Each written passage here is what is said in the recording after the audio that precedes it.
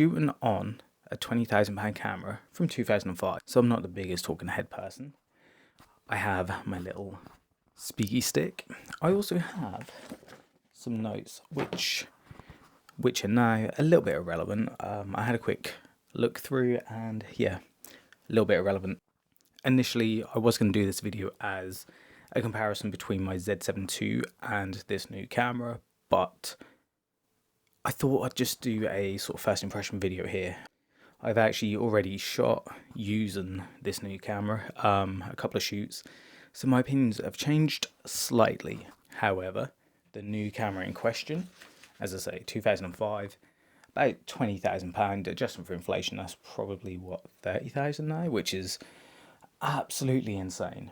And the comparisons I was going to do definitely wasn't going to be one-to-one, but since shooting with it, there's going to be an additional thing, so I'll be comparing multiple things. That'll all make sense later. This is the new camera. Look at this beast. This popped up on eBay for £1,300. So what this is, for anyone that doesn't know, is a phase 1. So it's the 645 DF. 645 is the size, like in film terms, that'd be 645 film. DF digital something, whatever. And this beast, as I say, came up for £1,300 as a full kit. So what that means is I got the camera, or the body. I got the back. I got 4 lenses. So I got a 45 f2.8, I think, a 50mm tilt, which is this, which to be honest I'll be selling just because if that was tilt shift I would keep it, but as just a tilt it doesn't really do it for me. I got a 55 2.8 as well. I got this lives on the camera basically at the moment, but it's a Schneider 2.8 and that is incredible. So for £1,300 I got a medium format phase 1 camera with 4 lenses. I also got extra batteries, I got CF cards, I got a full tethering kit, including a Thunderbolt 2 cable, which is like 100 quid on its own. What else do I get? CF card reader, the flight case, so phase 1 does this massive flight case. I've got some BTS footage of me opening it because when it comes to things off eBay, I like to record them if they're expensive, because if it comes out that it's a total brick, as in like literally bricks, then I've got proof. Anyway, so I'll throw in some BTS of it, but it's a full-on flight case, and it weighed a ton. The special delivery, I think it cost me 60 quid, but that was because it was 14 or 15 kilo, like, it's not a small package. So yeah, I got a full kit, like, of everything. The only things that I actually bought extra, I'm sort of going on a bit of a tangent here. Mamiya does a 150mm 3.5 lens, which equates to about an 85 in full frame terms. And I picked one of those up on eBay super cheap because I think it cost me about £100 or £120. However, when it turned up, same thing, recorded it, and as soon as I picked it up, that was making noise. I'll see if I've got a video and I'll like put it in somewhere. And all I could think is maybe like a bit of the, because it's got a manual clutch release, I thought maybe the manual release had sort of got loose, but it hadn't. And I'd done a few shots with it, and it jammed my mirror. And that was just a bit like, this is a bit weird. So I tried it again, done the same again, but clearly had a bit of an issue. In the end, I ended up sending it back, but the dude that I bought this kit from was also selling a 150 3.5. So I bought that, and it is perfect. Did I need the phase 1? Absolutely not. I'm not a commercial shooter. I mainly just do portraits. It is going back in time by quite a bit. Like my Z7 II is pretty much better than this in virtually every way. This thing only has one autofocus point. As you can see, it's just huge. Like, it's not a small thing. It's not light. Crazy slow to work with. And in every tangible way, my Z7 II is pretty much better, but I wanted it. They don't come up that often, especially for that price. There was another one that popped up, and that was I think a little bit cheaper actually, but I had a look at the seller's reviews and He had sold a camera previously, and the reviews were saying that he didn't actually send the camera, and this was a couple of times. So I was a bit like, I'm not too sure about that. Anyway, this, as I say, came as a full kit. In the end, it was definitely the better choice, although the other one had the higher megapixel back. The only thing I'm not too keen on is the screen is horrific. Like, it's basically unusable. I shot in the studio with it last week and I couldn't see anything. This was in a studio. It was dark and it was like looking through a potato. It was insanely bad when you consider it's 2005. Like, I get the screens are bad. However, that's a Nikon D50. I think that's also 2005. And the screen on this is actually legible, readable, whatever. I don't know if you'll see it, but you can actually see things on there, whereas that you can't. It's horrific. And that is probably my biggest pain point with this whole system. Like, the weight and everything is noticeable, but I don't mind it so much. The thing I want it mainly for, though, is with the mirrorless stuff. I've been shooting mirrorless for quite a few years now. I'm quite lazy. I've got my info displayed everywhere across the screen on the EVF. I find that I don't really engage so much. Like, I will engage with my model, but not having an OVF makes me feel like I'm being lazy. Like, especially if I'm doing back of the screenshots, low angle, you're like this. I notice that I am so sloppy. I'll do some really weird dodgy crops and it's starting to irritate me more. I was thinking, like, with this is great. Like, it's old, you have to use the viewfinder, but it's only 6 megapixels, which I don't mind so much, but it's a crop sensor as well. And the shots that I've taken with it in the studio alongside my Z7, you can't tell too much of a difference. Like, I can, because I know which are which. However, the difference isn't like the worst. Yeah, so I can't really remember what my point was. I guess just more the fact that this phase one wasn't a need. Like, I definitely didn't need it. It's just I wanted it. It popped up at a price that was just hard to refuse. Like, if I didn't buy it, I would have regretted that for a long time. Oh, this is one of the points. I've wanted to try one of these for the longest time. Like, 16-bit color has always attracted me, and because I shoot quite a lot of gels, that extra bit depth would make things like banding and like tonal range and stuff, that'd give me a bit more flexibility, which I just wanted to play with. I didn't specifically need to own a medium format camera for it, but I just wanted to play, especially with my style of work.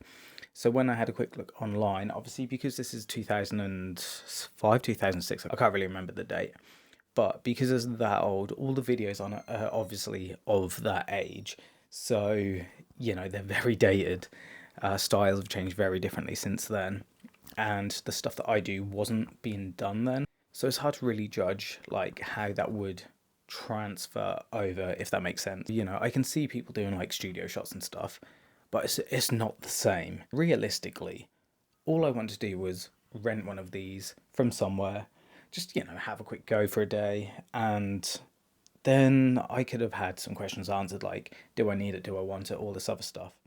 However, this is one of the main reasons why I ended up buying this. You just can't. Like, you can't get them.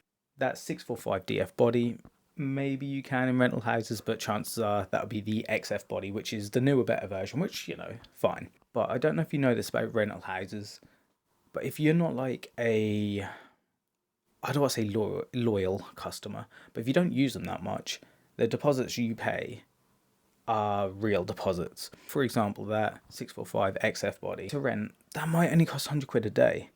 You might even get a weekend deal for like 100 quid. But you have to normally put down the whole price of it as a deposit. And that goes with the backs too. So obviously, because it's a body, with these medium format cameras, they're modular. So you need the lens, the body, and the back. In total, that might cost you 300 quid to rent one for the weekend, which isn't bad at all. But you have to put the deposit down. Let's just say that Schneider lens, a brand new, is £4,000. So I've got to put £4,000 down. then it's the body. Let's just say brand new, that's also £4,000.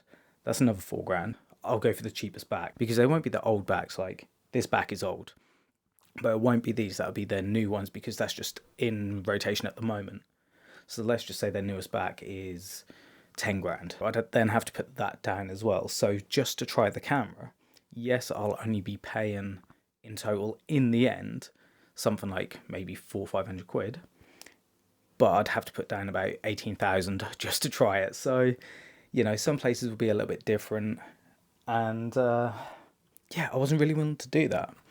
I could ask some people, but I'm not really that sort of person. Like, if I want it or if I want to try it myself, then I'll do it off my own back, which is quite a toxic trait, but that's how I am. So yes, this popping up for that price was a bit of a, what's the word, impulse buy. I left it for probably a day, decided that that was such a good price that I couldn't really sort of let it go, and yeah, in the basket it went. To be honest with you, shooting with it is just great. Like, the mirror slap is insane. Let's listen to it actually. So this is the sound of the mirror, or would be if I could focus. Oh, listen to that. That is just incredible. And back-wise, everyone says that these take like forever to turn on, but let's just time it. So ready? Press the button, and we are ready to shoot. So when people say that these take forever to warm up and get ready to shoot, it's not as fast as a modern sort of mirrorless or DSLR or anything, but it's not the worst. When people said that that was really bad, I did expect a lot worse, but it's not. One thing with this, or to be honest, it's just because it is a phase one, everything is so expensive. My batteries are old AA batteries, you know, nothing too exciting, it just is what it is. But on this top bit here, if you can see right there, there should be a bit of plastic that just covers that. It's not a big deal, but I'm quite anal with a few bits like that. I decided to have a look and see how much one of these would cost. Can you guess? So there's one on eBay at the moment, which isn't in Britain, but converted to British pounds, £260, and that's without postage, and that's also without batteries. That is literally just a battery holder, which is just wild. I think, if I remember right, I looked and I found a lithium ion one, like literally the lithium ion battery, and they're 600 or £650, which is just unbelievable. But I guess that's just the price you pay, isn't it? It's just premium products require premium prices, which is always fun. Little things, there's a bit of weathering on it, like you can probably see that that's probably hit the sun a few times. Across here, the grip is a little bit loose, so that did come loose here. And I just grabbed some of this Gorilla Glue and yeah, just glued it back down. Works perfectly, so no complaints there. Oh, a flash, because I shoot a lot of portraits, always pretty much with flash. I'd had to adjust slightly, so my newest trigger, I don't know if the pins are like not long enough or whatever, but I've used one of my, I think it's my Godox, I'm looking down because there's somewhere down there, but it's my Godox X Pro F, so Fujifilm trigger. I'm on Nikon now, but I kept that for some reason, and that works perfectly on there, so I can't really complain. But Pocket Wizards would probably work really well, obviously, because all you need is that center firing pin. Pretty much anything will work. Now let's see what else I have. Oh yeah, in here. So part of my appeal with this is or part of the reason I bought this, sorry, is because it's near impossible to rent. For the price, I just thought that's essentially rental price. You know, if I buy it, I don't like it, I can sell it on. I saw one of my sort of admirational photographer, you know, someone I look up to at studio recently, and I shoot him this, and he said that if I ever want to sell it, to let him know. So, you know, things like that. People want these things. As I say, they don't come up that often. When they do, it's one of those sort of jump on it things, and because of that, I probably ain't gonna get rid of it because I like it. As I've written down on here, this is less of a purchase, more of an experiment. So there we go. There's an actual quote. As I've written down here, I've wanted to try phase one for years. I remember watching America's Next Top Model as a teenager and seeing photographers using phases and Hasselblads and thinking, that's the top, that's the level. So yeah, there's a little bit of ego in it, which I've written down here, but there definitely is, you know. It's one of those where owning something like this just feels pro. I was debating on whether to do like a video like this, being like, yeah, look, I own a phase now, because as I say, there's a bit of ego to it. I don't like that fact, because you know, a lot of people use that as a crutch, so they'll see your work and be like, yeah, you're only getting that because you're using a phase, and I get it, like, fair enough. But yeah, I just don't like the whole leading with equipment thing. I just think it's very egocentric, and I'm now in that camp, unfortunately. I did see someone upload something the other day, and that was a Capture One screenshot of back of the cameras. Obviously, they're not. They're obviously edited as well because it's black and white, and clearly, I can't remember if it's phase or Hasselblad, but they made sure to get the cameras make a model in there, which I hate. That sort of thing is very, yeah, I don't like that. I didn't want to own something expensive just for the sake of it. I actually care about what it does to the images and what it does to me whilst shooting.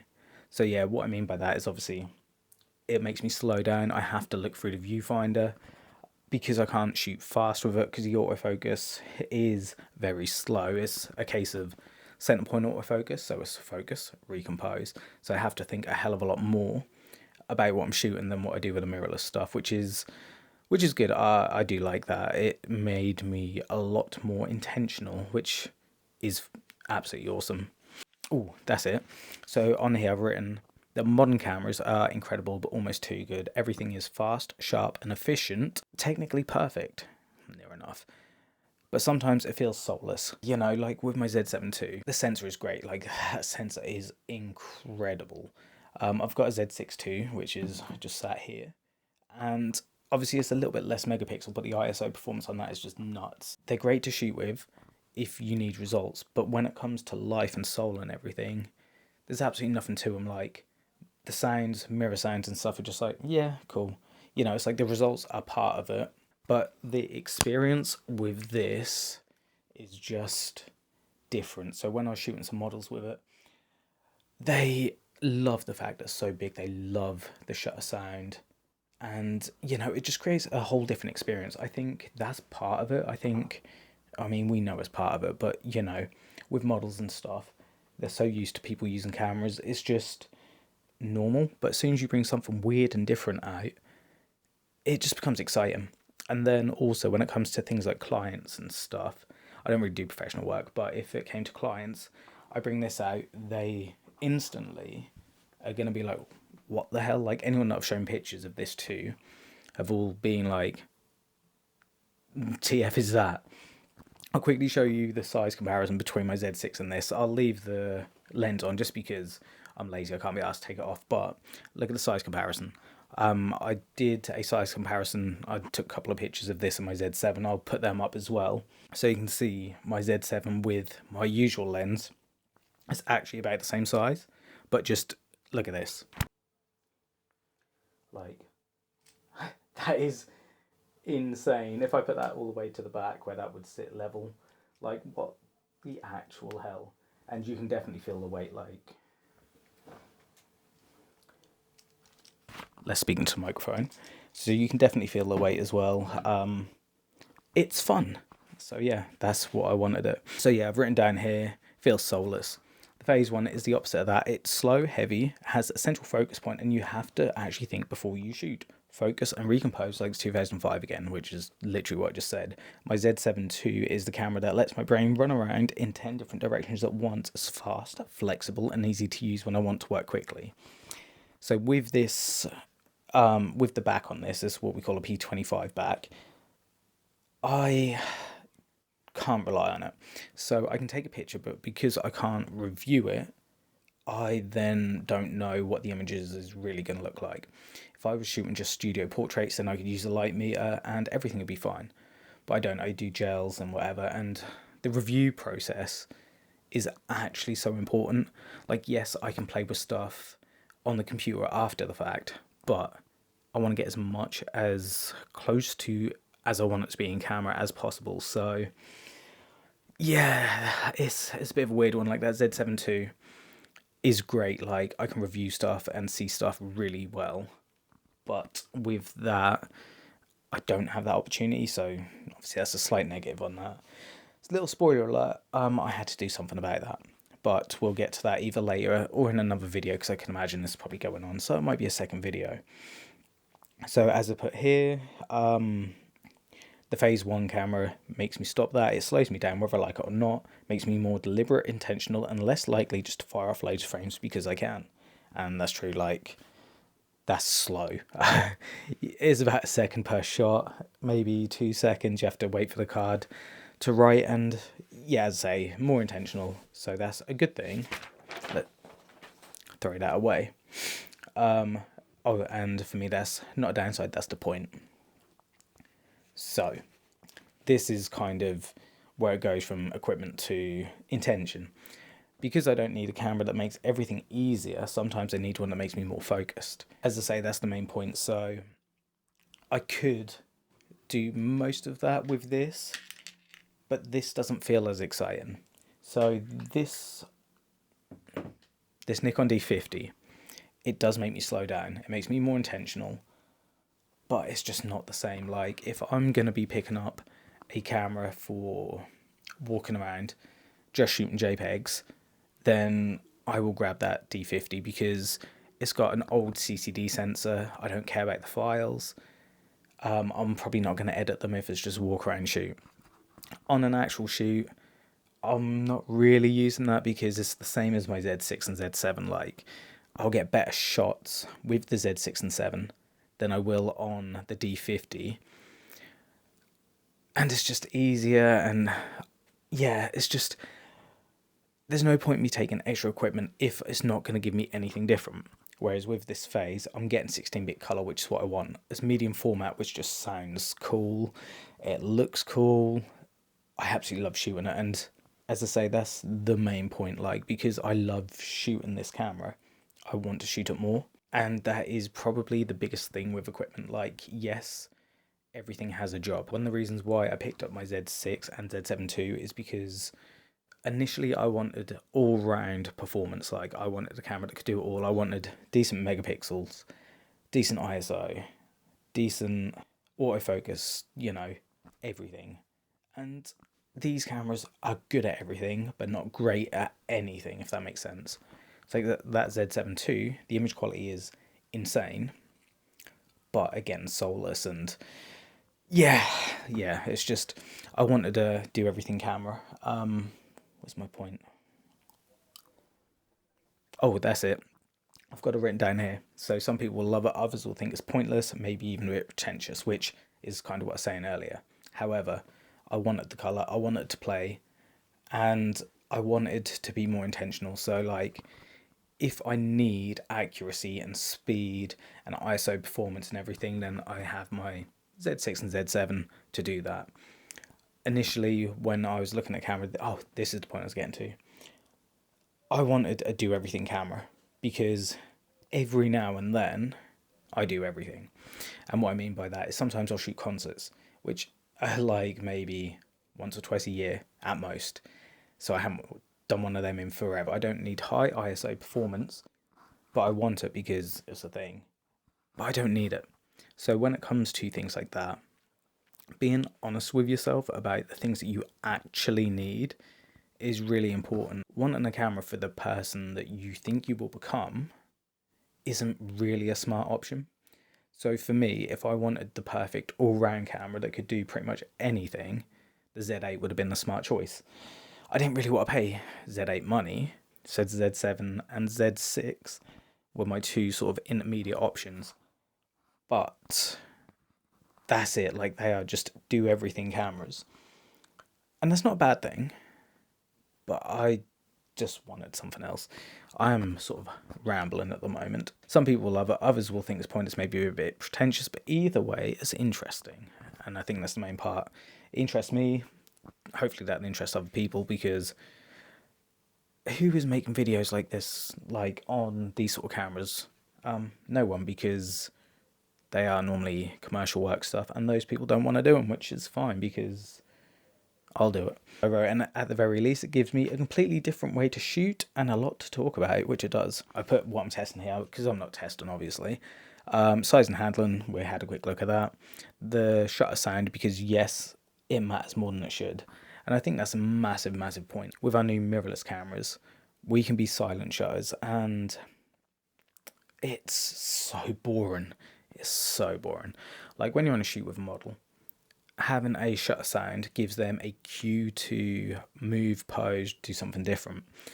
In a church, in a wedding, silent shutter is great. But when you're on set, having a silent shutter is more of a hindrance than anything. With this, you heard the shutter sound. It is just loud, a little bit obnoxious if anything, but it's so cool. Like, I absolutely love it. Startup time, we had a quick look at that, about 2 seconds, which isn't that bad. Z7 is probably like maybe half a second. It's not that bad. How far can I push the files in editing? So I've had a little look with my previous shoot, and you can push the files far. I had this and my Z7 II in Lightroom because I didn't really want to incorporate Capture One just yet, just in case I didn't like the camera, and I wanted to see what I could do in Lightroom, and they start from vastly different points. So the Z7 II comes in looking like half polished or half edited, but these phase files are so flat, it's insane. They definitely require a lot more work to get to a reasonable point, if that makes sense. But that's again because I've only just started using it. Once I've used it for a little while, that won't be a problem. Also, I imagine if I start using Capture One, that'll probably make that process a ton quicker. So maybe that's one of my next moves. I mean, it's not, again, spoiler alert for later, but there's another move. How far can I push files in edit, and whether Lightroom even wants to deal with the thing, it does, it's fine, it's not an issue. My whole experience changes when I swap between this and Z7 II. Oh, actually, whilst I quickly remember, jump back to how far can I push files in editing. For a 2005 sensor, obviously everyone's like, ISO is terrible, which fine, yeah, it is. It goes up to 800. At 800 is a bit noisy, depends on how much you care about it. It's not that bad. However, I was shooting at base ISO, which is ISO 50, and a few shots came out super underexposed, so I just thought I would see how far I can push them in Lightroom. I whacked up the exposure 5 stops, and yes, there's noise and shadows, but it's actually not that bad. I was expecting it to be absolutely unusable, but it's really not. I was quite impressed. And because this is the... Oh, and a little techie spec thing about this. This is what we call the fat pixel CCD sensor, which means that each pixel is something like 9 by 9 microns or something. I can't remember exactly what, but essentially the pixels are just massive and fat, and they are so cool. Just because of that, I like it. How the whole experience changes when I swap between this and Z7 II. Slower, more intentional. I have to use it differently. It feels like I'm using a camera again, whereas Z7 II just feels like you're using a computer. I don't know if that makes sense, but it feels like my mirrorless stuff are just great for capturing stuff, whereas this is a lot more involved. Like, it feels like you're part of the process. I hope that makes sense, but yeah, it just feels like I am taking the pictures with this as opposed to pressing a button. It's definitely very different, and I love it. It makes me feel more involved. It makes me feel way more part of the process. With the medium format stuff, the lenses, just the way that crop sensor cameras and full frame has a crop factor, medium format has a crop factor too. So how it works out is that my 80mm Schneider lens is roughly the same frame as a 50mm. So they're not the same because 80mm is an 80mm lens. It has its own characteristics. It has its own compression, but it has the same field of view roughly as a 50mm lens. And just the same as on a crop sensor camera, a 35mm will have its own characteristics, but basically the same field of view as a 50mm lens on full frame. If I had my D50 with because that's a crop sensor camera, with a 35mm lens, I had my Z6 or Z7 with a 50mm lens and my phase one with an 80mm lens, the field of view will basically be the same, which is sort of 50mm on full frame equivalent, or But because each lens has its own characteristics, like a 35mm lens is a 35mm lens, they will all look a little bit different. It doesn't mean the experience is the same, the framing might overlap, but the way the system feels, the working distance, the rendering, and the whole rhythm of the shoot are all different. This is in comparison to my Z7 II. The rhythm of the shoot and everything is just so much more different. The couple of models that I've shot with, I think they both prefer the rhythm of the phase, because you do get into a really nice little rhythm. As I say, the mirror slap, everything just feels so much nicer. Because equivalence isn't just about focal length, it's about how the lens behaves, how the subject sits in the frame, how the camera changes your approach. I've written down test, but obviously I'm not really testing. I've already done a bit of comparison. This isn't just a test of image quality, it's a test of pace, handling, color workflow, and mindset. It's whether a camera like this still makes sense today. It's whether old, expensive gear has something genuinely special to offer.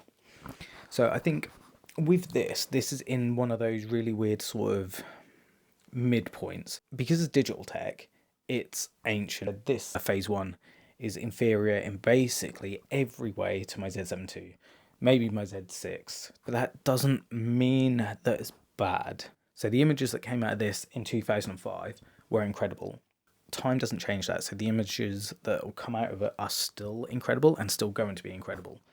The fact that there's better tech doesn't mean that that tech is going to get worse. It just means that there's a bigger discrepancy between the two, and it is very noticeable, but the image quality isn't. So if I put two shots side by side, you might know which shot is which based on lens compression, but image quality wise I don't think you would.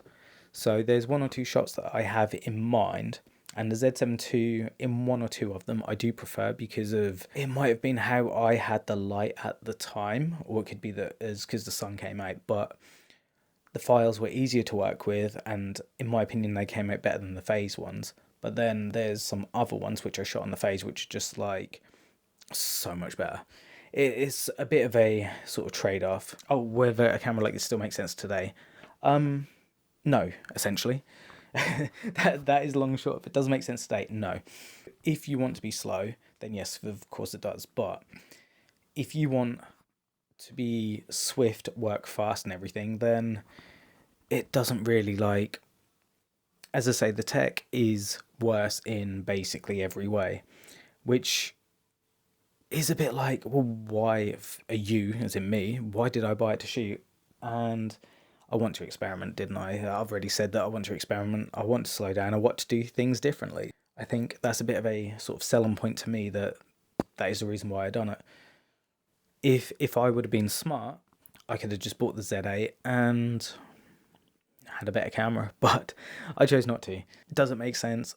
Not really, not in any way, shape or form. The good thing about it though is I can put film back on it if I want, or I can upgrade the back to a newer, better back, which I kind of ordered. I'm just waiting for that to turn up. I'll explain my reasoning for that in a moment. It's about whether a camera like this still makes sense today. And as I say, it doesn't really. And because it is old digital tech, I don't think it's something that's going to last the greatest. Like, in 50 years, I don't think that's going to be too desirable. The film counterparts, though, they definitely are. Like the Hasselblad 501, for example. They're still going for about $2,000. It's not that they've got better or anything like that. It's just because they were always great. There's no digital tech to sort of hinder them in any way, shape or form.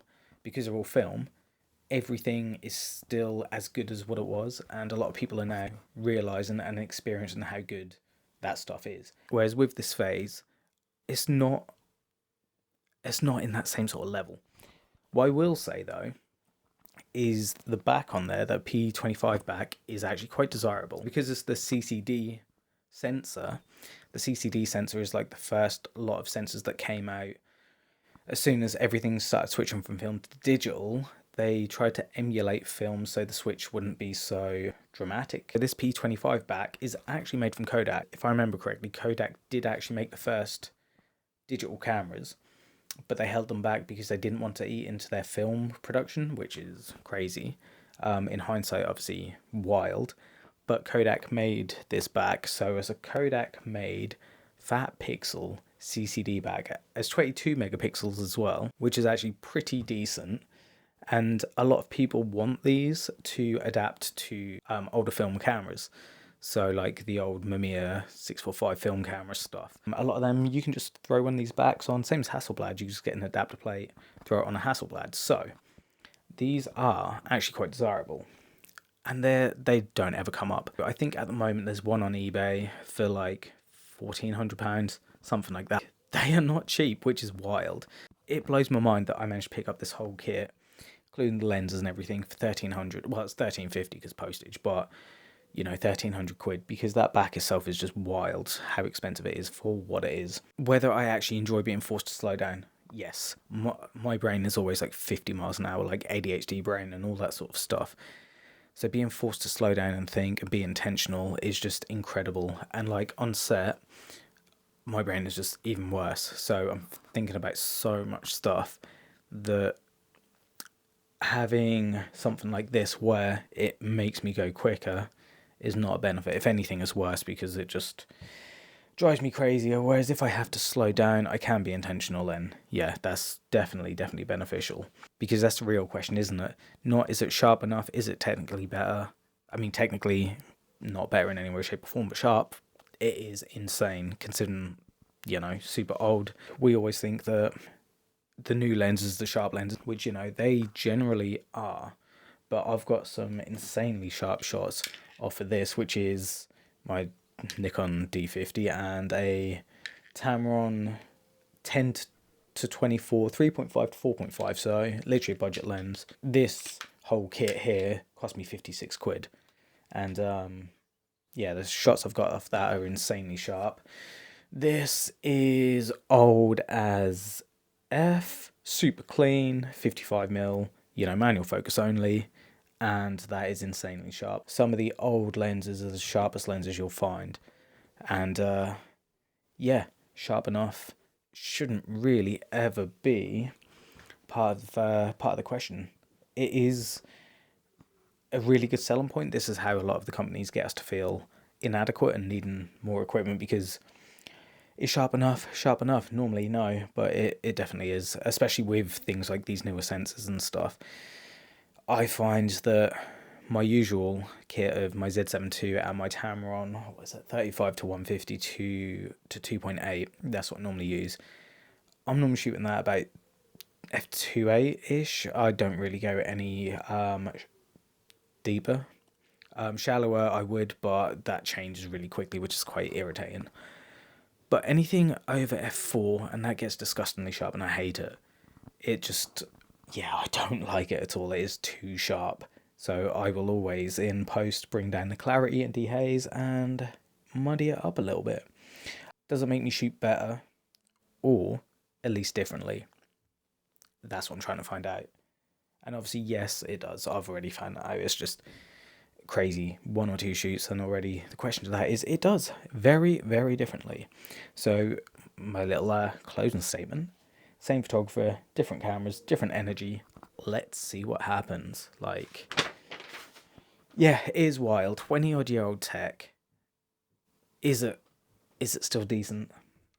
Yeah, it's insanely good. It is insanely good. As I say, the only thing that irritates me is the back on it. So because the back is so horrific, my options were, because I've done something, get a laptop to tether, but you can't do it on the new Mac systems because they've removed FireWire support, which is great.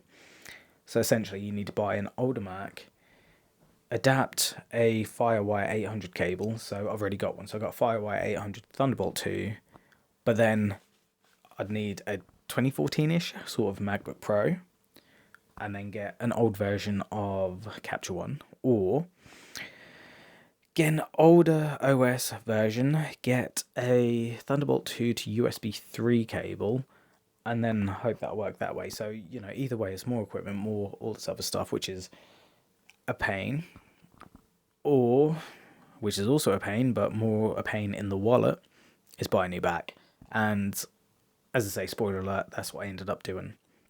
So I didn't really want to, if I'm honest. I just thought I would buy this and that would be okay. Like, I could play with it, and if I didn't like it, sell it. I do like it, so that's not a problem. But that back is just such a friction point. So the P25 back is great. I love it. It's cool. It's old school. It's so cool. But that screen is so bad that I can't review. Like, I can't review at all. You can see a bit of the histogram, but that's not really the clearest. You can kind of see a little clip in detail, which ain't the clearest, but you can't zoom in for focus. Like, the screen is just so terrible that you can't do that. You can't see images. And yeah, so my two options were buy an extra laptop just to tether that specifically, or get a new back. So when I was looking, and this is part of the scarcity problem, these phase ones in general, they don't come up often, which, you know, fair enough. The phase ones, there's a few kits on eBay, a bit more expensive. I think there's about 6. It's not the worst, but they don't come up too often. The backs, they don't come up often unless you want to spend $5,000. And even at that price, there's only about 6 or 7 of them online, which I didn't really want to spend, unless you want to get the new ones, which are $15,000 then.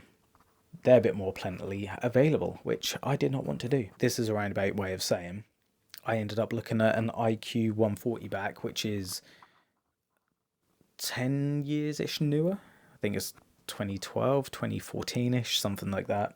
Up to 40 megapixels again, which the megapixel count I don't really care too much. But smaller pixels, slightly smaller sensor size, which, penis envy, didn't really want to do. It's like, no, I want to keep my big sensor, I want to keep my bigger pixels, but that screen is just such a, yeah, it's such a problem that I didn't have to, obviously, but I did, because I shoot quite a lot of outdoors. I had to get rid of. So, well, when I say get rid of, I needed to get a screen that worked. I've ordered one that's not here yet, so I'm now going to have an extra back. Oh, scarcity, that's the point I was getting to. So these IQ 140 sensors, there's 3 that I looked at online. Literally 3. So there was 2 on MPB, one of them with 30,000 actuations, and that was like, I think, £1,409. Or the one that I bought, which had 838, basically as listed as new, for $1,589. And I didn't really want to spend that, but I looked on AI. I asked AI how often they come up. They don't come up that often at all. Looked on plenty of other sites. There wasn't any. So the whole scarcity principle made me think that I kind of needed to get that sorted ASAP. Essentially, when this comes, I'll be able to do some side-by-side reviews, comparisons and stuff on this P25 back and this IQ 140 back, probably before I sell the P25. Like, I'd like to keep them both, but I don't think it's financially responsible, shall we say. If I sell the P25 back, like, again, I'll do some comparisons and I'll see the difference, and I can imagine the image quality difference won't be that bad. I think that the main difference between everything is going to be that screen. On the IQ 140, I'll be able to actually see a screen. I'm pretty sure it's touchscreen as well, but I'll be able to see focus and stuff. I'll be able to actually see things, which is a little bit disappointing with that back. But yeah, so I'll do some side-by-sides, and we'll see if there's any difference between them, because as I say, I don't think there's really going to be, and then that'll be when I decide. I am a bit of a hoarder, so I don't want to get rid of it, especially since, again, they don't come up often. There's one other one up, and yeah, as I say, at 1,500 quid, I've already forgotten what it was. It might be worth keeping, but I don't think I can justify it. So yeah, when this new back comes, I'll do a little test. I'll even test the Z6 II, Z7 II, maybe even D50 as well, because Z6 II and the P25 are similar megapixel counts. Z7 II and the IQ 140 are both similar megapixel counts. That'd be interesting to see the difference between full frame and medium format in similar megapixel counts. I don't know if I'll do that on a normal portrait shoot or if I'll just, go out. That won't be a brick wall test because I hate them. But it might just be a normal sort of, here's some nice build and sort of test, and we'll go for that. But yeah, point being that I reluctantly got scarcity principled, is that what I'm saying? Whatever. Into getting an IQ 140 back as well. And then after I bought that, there was only 2 available online. So that might have been a good idea. It might not. But my thought process through that is basically, if I don't like it, maybe I can send it back. Maybe I can sell it. It's just my credit card doesn't like me at the moment. So that is always fun, isn't it? Realistically, that would have been a better idea to have sold the P25 back before I bought the other one. But, scarcity and all that stuff. So that wasn't really an option. But yeah, I did my little sign-off line earlier. Basically, is a 20-year-old camera still relevant in 2026? And the shorter answer is no. But for me, it is. And I think that's where we will sort of head that off.